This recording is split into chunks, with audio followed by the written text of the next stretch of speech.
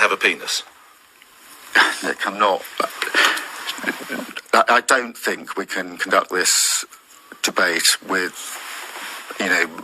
Sorry, have I offended you in some way? No. It's just A woman can have a penis. I don't think that discussing this issue in this way helps anyone in the long run. What I want to see is a reform of the law as it is, but I also am an advocate of safe spaces for women, and I want to have a discussion that is anybody who genuinely wants to find a way through this I want to discuss that with. Squirming Starmer had to say on the issue. Can have a penis. Nick, I'm not. I don't think we can conduct this debate with, Sorry, have I offended you in some way? No. It's just. A woman can have a penis. I don't think that discussing this issue in this way helps anyone in the long run. What I want to see is a reform of the law as it is, but I also am an advocate of safe spaces for women, and I want to have a discussion that is anybody who genuinely wants to find a way through this I want to discuss that with. I do find that too many people, in my view, retreat or hold a position which is intolerant of others, and that's not picking on any individual at all. But I don't like intolerance. I like open discussion. Oh yeah, right. Whatever you say, Keir. And like night and day, here's the Prime Minister's effort from yesterday. I don't think that biological males should be competing in female sporting events, and maybe that's a controversial thing, but it just seems to me to be sensible. And I also happen to think that women should have spaces which are, whether it's in hospitals or prisons or change rooms or wherever, which are dedicated to women. So could that common sense approach from Boris on this hot button issue mark a Tory turning point among voters ahead of the local council elections in May? Well,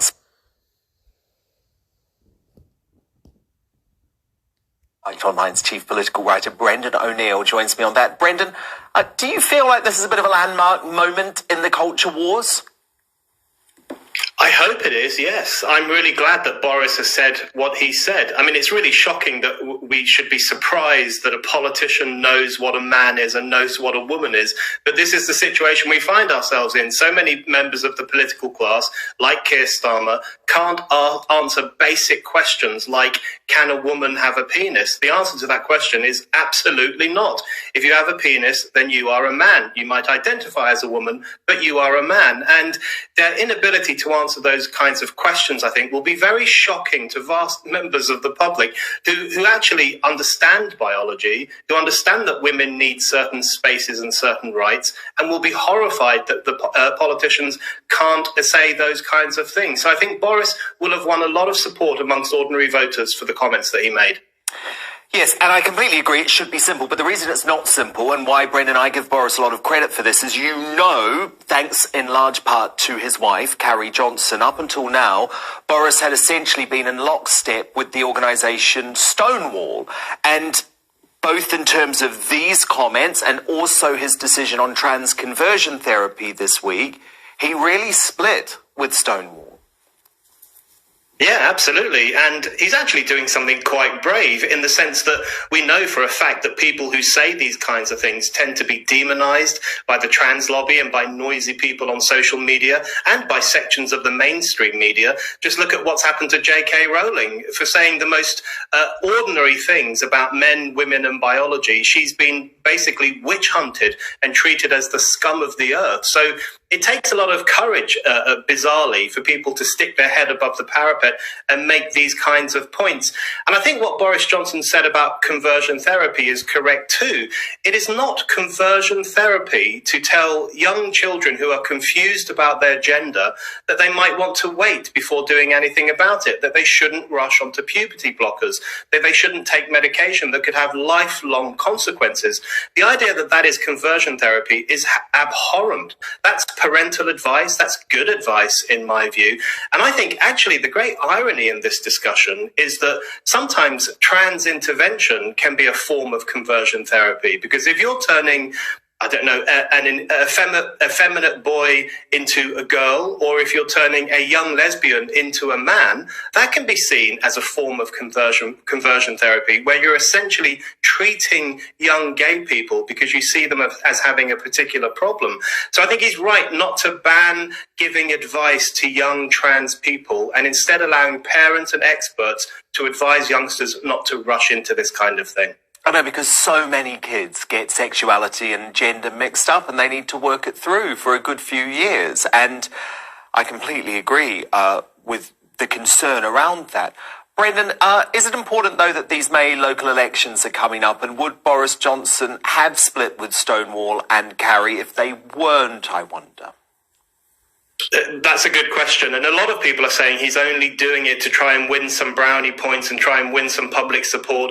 But I actually think that's not a bad thing. That's what politicians are meant to do. They are meant to try to tap into public concerns and to try and encourage people to vote for them by saying what we consider to be the right thing, what we consider to be the sensible thing. So if that's what he's doing, I think that's good. I hope he's not doing it for short-term gain. I hope he's going to stick to these kinds of arguments and stick to his criticisms of the excesses of the transgender movement. But I think what Boris and other politicians need to realise is that there is a large appetite out there for criticism of wokeness and for politicians who take a stand against woke ideologies. A lot of people out there want politicians to do that, to defend reason, defend freedom of speech, defend biology and defend British history. And if Boris did more of that, he'd win more support. Absolutely. Look at the popularity of Ron DeSantis, the Florida governor, who's got a good shot of being the next US president, I think. And then you've got the most important female movement, arguably, Brendan, since the suffragettes, and the Respect My Sex If You Want My Ex, which has already had such momentum behind them. So I think it makes the Labour Party look unelectable, doesn't it, if they continue down this path?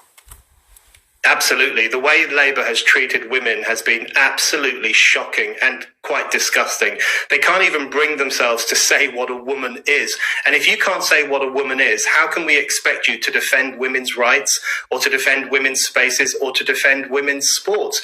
There is no wonder at all that lots of women are refusing to vote for the Labour Party or any party that doesn't respect their sex, as this new movement says.